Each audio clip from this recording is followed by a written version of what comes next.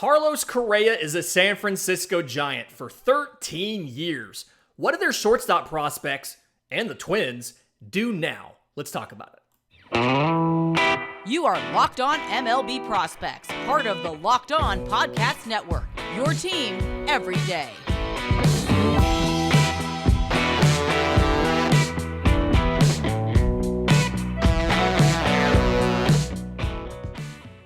Yes, welcome on in to Locked On MLB Prospects, your home for all things minor league baseball. I'm your host, Lindsey Crosby, baseball writer and podcaster. Thank you for making this your first listen every single day. And today's episode is brought to you by BetOnline. BetOnline has you covered this season with more odds, more props, more lines than ever before because BetOnline is where the game starts. So, Carlos Correa signs super late at night after most of us are in bed. 13 years, $350 million with the San Francisco Giants. No opt-outs in that deal, full no-trade clause. This is the largest shortstop contract by total value, beating Francisco Lindor's $341 million, and ties with Bryce Harper for the longest free agent contract in history. He'll be 41 years old when this contract is over. But you're getting arguably the best of the four big shortstops that were on the free agent market. Look at what he did in 2022. 291, 366, 467 as a member of the Twins. 22 home runs, 47 extra base hits, 61 walks to 121 strikeouts, and 0 for 1 on stolen bases. He's not here to steal bases. And actually, when you look at what he's done historically, his first 2 years in the league, he stole a lot more bases than he does now. But his production, his profile's kind of changed a bit as he's gotten a little bit older. The batting average has come up. The on-base has come up. The power's kind of ticked down a little bit. He's not really a home run threat. He's never going to hit a ton of home runs. His 162-game average over his career, 279, so he was better last year, 357 on base, again, better last year, and 479 slugging, so a little bit below that last year. 28 home runs, 64 extra base hits, 74 walks to 142 strikeouts. So he struck out less, hit for less home runs, and I think part of that's tied, and then the extra base hits went down. I think that's tied to, one, contact over power, and then two, slowing down just a little bit as he got older. But he is there for the Giants, gonna play shortstop for at least the next 4 or 5 years before he looks at having to move and has the arm to move to third versus second base. And so, big question I kind of have now is, what happens to the top prospects in the Giants system? The first guy you got to look at, shortstop Marco Luciano, number one prospect as of the end of last year, despite missing some time with injury last year. And I ultimately don't think this impacts him a ton because I didn't have him sticking at shortstop anyway. 2018 IFA, and really kind of felt like based on the arm, based on the below average speed, and then the fact that his arm and the power profile played well at third base, I saw him making that transition anyway. 57 games last year in high A, working around injury, 263, 339, 459, 10 home runs, 20 extra base hits, 22 walks to 51 strikeouts, again in 57 games. Did not attempt to steal a base last year, so obviously was not caught in any. And when you kind of look at his skill set and what he does, I think he's the best power hitter in the system. I don't think he's the best hitter for average, but he's the best power hitter in that system. And again, below average speed plus arm. And so I think third base is more realistic than shortstop for him. Plenty of athleticism, and he's got really nice raw tools. It's just a matter of kind of refining those into finished products. I think right now, the power tool is above the hit tool. And obviously, your power tool is only as good as your hit tool, so you got to work on that. I do think that he can do that. He struggles a bit at times with breaking balls, and it feels like he can recognize them, but he gets over eager and he'll chase them. And I don't know if that's a confidence thing that I can get my bat on that ball no matter what. I mean, he's got plenty of double plus power. He knows what he can do with it, but he's got good good hand speed and things like that. And so I don't know if it's a confidence thing or if it's I can recognize it's a breaking pitch, but I didn't recognize how good of a breaking pitch it was until I swung at it. So I think there's a little bit of work there. Obviously, losing 2020 didn't really help things for a young player like that, but can make a play at the plate. I feel confident about his ability to improve with a healthy year next year. I just don't think he was destined at shortstop anyway. I think he was going to have to move off of shortstop. And so I had him at third base, again, based on the plus arm, based on the average to above average defense. And if you ended up moving him to second because the internal clock's a little wonky, it wouldn't surprise me. But again, I have him as being a third baseman over a shortstop as of right now.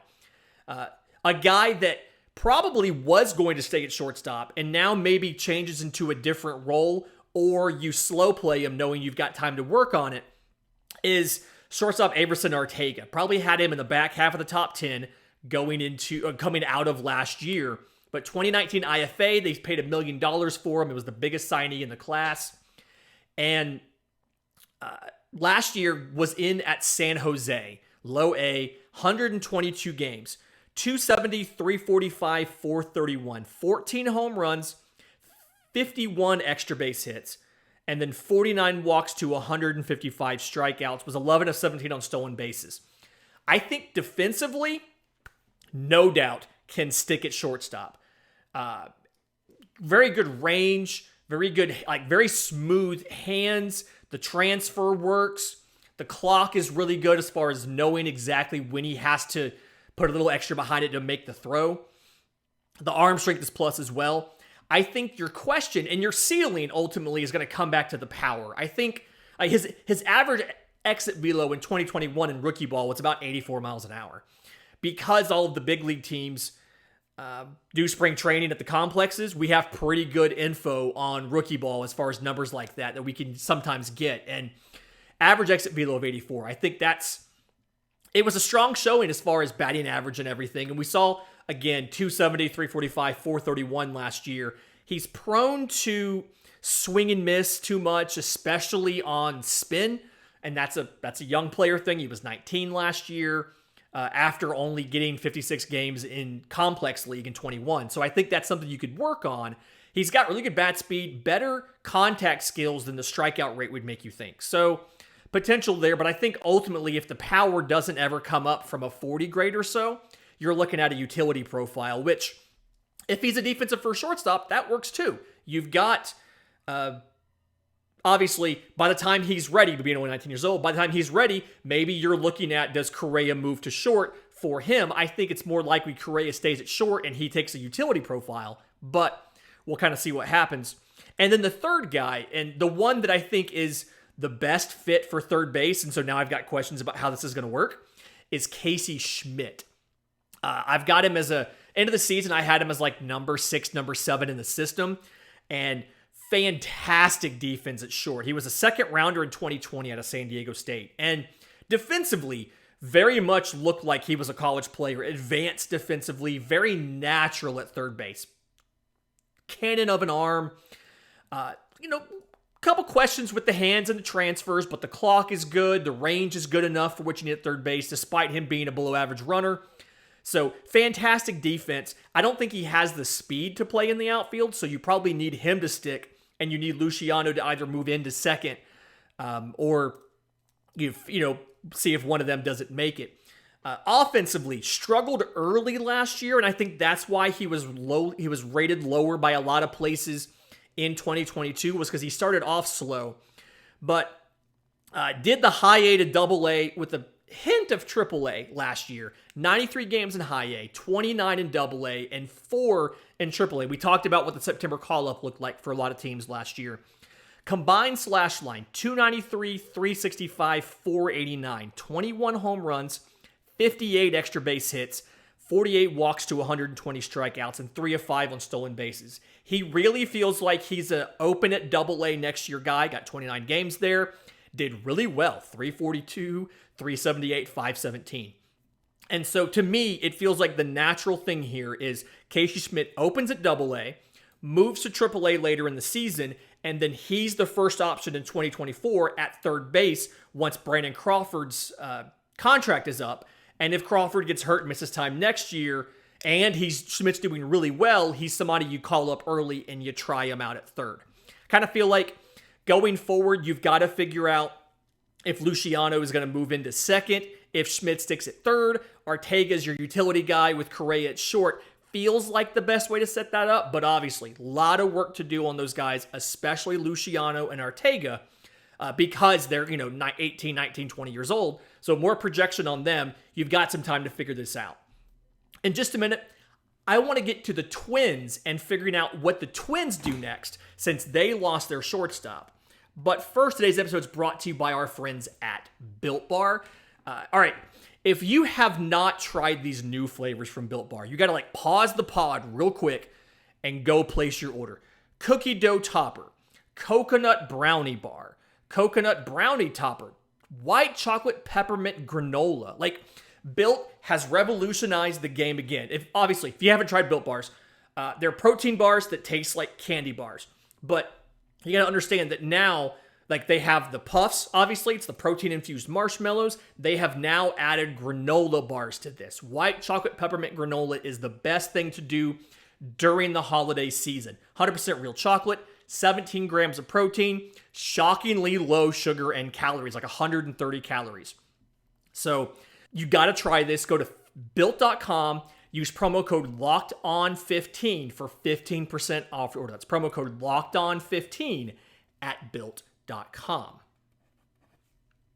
Okay, so Carlos Correa to the Giants means that the Twins have a gaping hole at shortstop. And the question about what do they do now, I think starts off with discover the Wolverine and or super soldier serum to give to Royce Lewis in his ACL. Royce Lewis feels like the best option at shortstop if you don't want to rely on Jorge Polanco or Kyle Farmer. Jorge Polanco and or Kyle Farmer are probably going to open the year as the starting shortstop. Farmer spent, I think, most of 2021 as the Reds starting shortstop. He can get by. He can compete at shortstop. Jorge Polanco can get the job done at shortstop. But Polanco last year, 235, 346, 405. Farmer last year, 255, 315, 386. So neither one of them gives you that well-rounded component that hopefully a Royce Lewis could do. Reminder on Royce Lewis, if you're not super up on the Twins, 2017 first rounder, number 1 overall pick out of high school.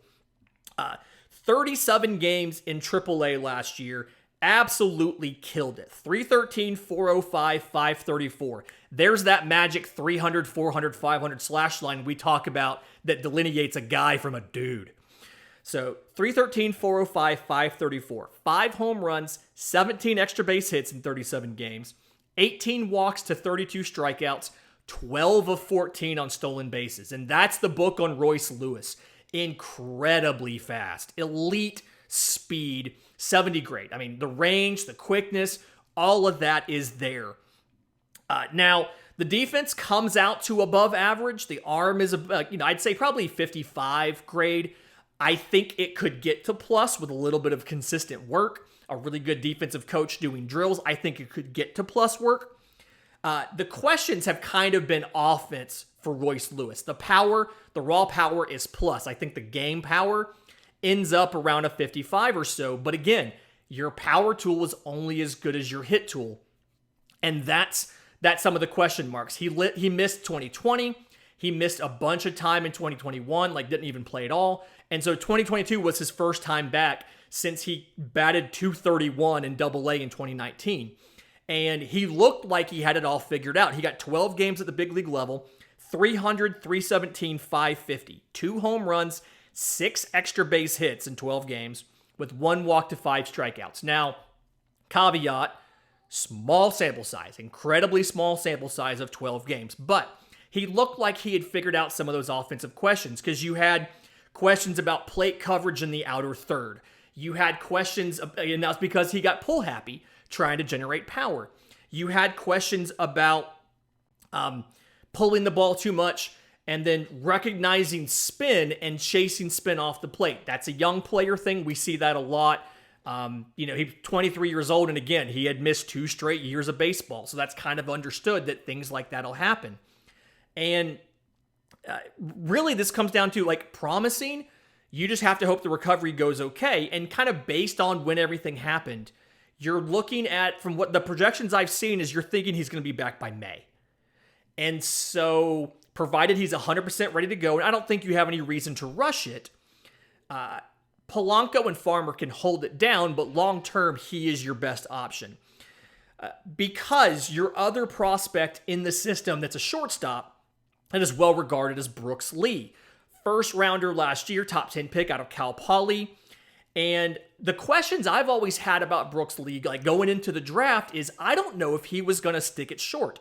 Very instinctive defender, above average arm, reliable hands, again, great instincts, but he's a little bit of a bulky guy, and his speed's a little below average, and that's not going to get better as he gets older. And so I always saw him as a guy who would move to second or third. I think with his arm, I'd want him to third. You also have questions because in high school and in college, he had back injuries, he had hamstring surgery, so you had availability questions as well. The physical development's already there. I don't know if he's going to make it as a shortstop or not, and so that's why I think Royce Lewis is your best bet. When you look at the system and other guys that are there, Edouard Julien is a top prospect we've talked about many times on this show, called him the Canadian prospect god of walks. Getting him off the dirt is the best option, but his speed's a little below average. He can play second at at least average level, and his plate discipline is too good to not get in the big league lineup. And so to me, it feels like one of the better options for you is to do something like a Jose Miranda at third, to do something like an Edouard Julien at second, and then Royce Lewis at short. And now you have the flexibility of where to put a Jorge Polanco, where to put a Nick Gordon, moving guys around as you need to, knowing that in the minors, you have an Austin Martin who can be a utility guy, can play infield and outfield. You've got a Kyle Farmer on your bench, can play anywhere in the infield. It kind of feels like your options are, if you stay internal, that's the best way. Fill it until Royce Lewis is healthy and bank on Royce Lewis working. If you don't think Royce Lewis is going to stick and you have to make a move, not a ton of options. As of Thursday afternoon, Dansby Swanson is still available. I believe it's because he's on his honeymoon right now. He got married last weekend. But there's a bunch of teams that want a shortstop, and he's the only one of the 4 left. The Cubs are the favorite to get him. His now wife, she's a professional soccer player. She was traded to whatever minor league, whatever women's soccer team is in Chicago. So they're the favorites to get him. Atlanta wants him back. The Twins may or may not get outbid for that. But if you're looking at like outside of that or internal options, you're looking at a trade, and there's not a ton of shortstops that are available for trade. Ahmed Rosario is a name that gets thrown out a lot as a potential trade candidate. Are they going to trade him in the division? You have the money that you were paying to Correa. If you're not going to be paying Correa the money, you gave a little bit of money to Christian Vasquez. You gave him a 3-year deal. I really think you're in a scenario where you either pivot and you put money to pitching, or you can go out and sign Swanson if for some reason you don't think that Lewis is going to be ready. But to me, Royce Lewis at shortstop with, for now, Jose Miranda at third and Nick Gordon at second, but eventually having like a Brooks Lee at third and Edouard Julien at second feels like it's the best possible future for you. In just a minute, I want to get to some of the other free agent deals and trade deals from the week and the impact it's going to have on those prospects. But first, today's episode is brought to you by our friends at the National Highway Transportation Safety Administration.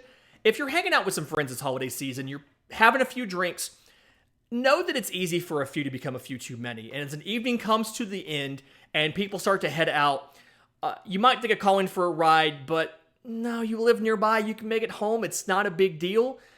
Think about what are the odds that you'll get pulled over. And if that happens, your insurance could go up. You could lose your license. You could lose your job. if you don't get pulled over, you might total your car.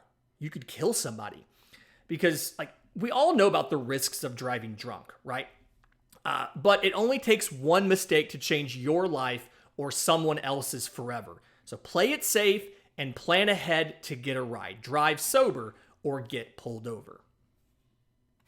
Okay, some of the other free agent and trade deals as of late on Thursday that we've seen and the impact that this might have on these teams. Mike Zunino signs a 1-year, $6 million deal to be the catcher for the Cleveland Guardians. I love this move for a few reasons. Is one, when he's been healthy, and big caveat, he got 36 games in 2022 because of thoracic outlet syndrome, had surgery on his non-throwing arm in July. But when he's been healthy, look at 2021, 33 home runs, 860 OPS, All-Star. Fantastic performance offensively from a catcher. He had a lower batting average, but tons of home runs. And something that the Cleveland desperately needs, because so many of their guys are like great contact ability. They struggle at the plate as far as generating power, putting balls out of the park, with the exception of Jose Ramirez. So I feel like that's really good. And then the defense as well. He's a very good defensive catcher. Again, 2021 stats, 94th percentile in pitch framing, 89th percentile in pop time, 7 defensive run saves. Very good. And so it gives you the option now. Bo Naylor does not have to carry the load by himself. You get veteran mentorship for him from a guy who can offensively and defensively do it at a high level. And I mean, they really, really do like him. They really do like what he can do. They just obviously don't think he's ready to be the number one guy in opening day 2023. He's played in 5 big league games and has half a season of starting experience at AAA in Columbus. So this gives you the option to either make him the backup catcher and learn every day in a big league clubhouse from a veteran with good offense and defense, or give him everyday starts in AAA for at least the first part of the season. So I love this deal, not only for the Guardians, but for their prospect in Bo Naylor. Center fielder Kevin Kiermaier goes to the Blue Jays, 1-year, $9 million deal. Obviously, interesting what this is going to do. He's got great defense, right? I mean, one of the better outfield defenders we've seen. I don't want to say of his generation because that feels a little extreme, but like one of the better of the 20 teens, one of the better defensive outfielders that we had. Gives you as far as like, you can move George Springer to right field now, Lourdes Gurriel in left, Kiermaier slots right in there in center, and then you've got flexibility. Kevin Biggio can play infield and outfield, Spencer Horwitz can play first base and outfield. You've got some options there. And you save the wear and tear on Springer by not having him play center field. Now, the issue is he's only played more than 130 games in one season in his career, and he's 32. So you're going to have options. So I don't think this really blocks any of your outfield prospects because and not that you have I think your highest outfield prospect is Gabriel Martinez, who's in high A. So it's not like you're blocking a big name prospect, but blocking outfield prospects in your system isn't really a big deal because 1, it's a 1-year deal, and 2, it's a guy not necessarily known for his availability anyway. And then spotty offense against lefties. He's better against righties. He'll probably get platooned a bit anyway. Adam Frazier going to Baltimore. 1-year, $8 million. Really interesting deal because of the runway that it gives some of these outfield promotions. And I'm thinking about specifically Colton Cowser. So Cedric Mullins right now, it's the starting center fielder. You've got Austin Hayes and Anthony Santander in the corners. We've talked about it on the show a ton. There's been rumored trades of Cedric Mullins straight up for Pablo Lopez of the Miami Marlins. Even if you don't make that trade, that's still something where you have the option of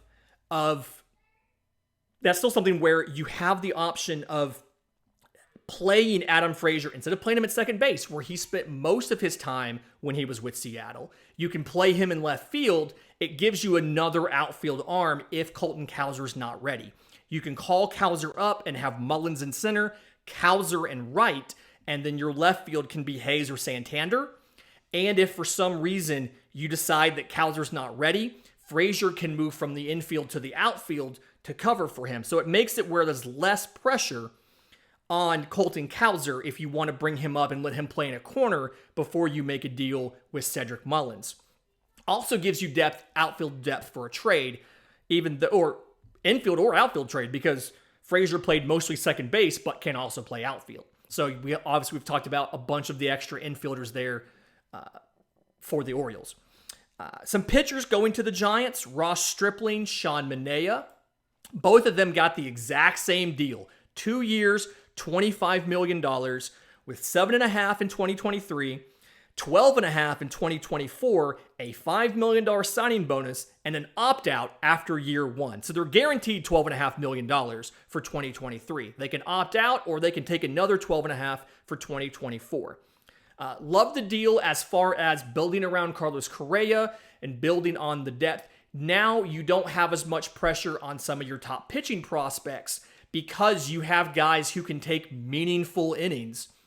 You're not having to count on a starting pitcher, like a Kyle Harrison or a Tristan Beck to come in and immediately produce at a big league level all the way through, because you've got these other pitchers who can eat innings and give you competitive big league innings. So I love that deal.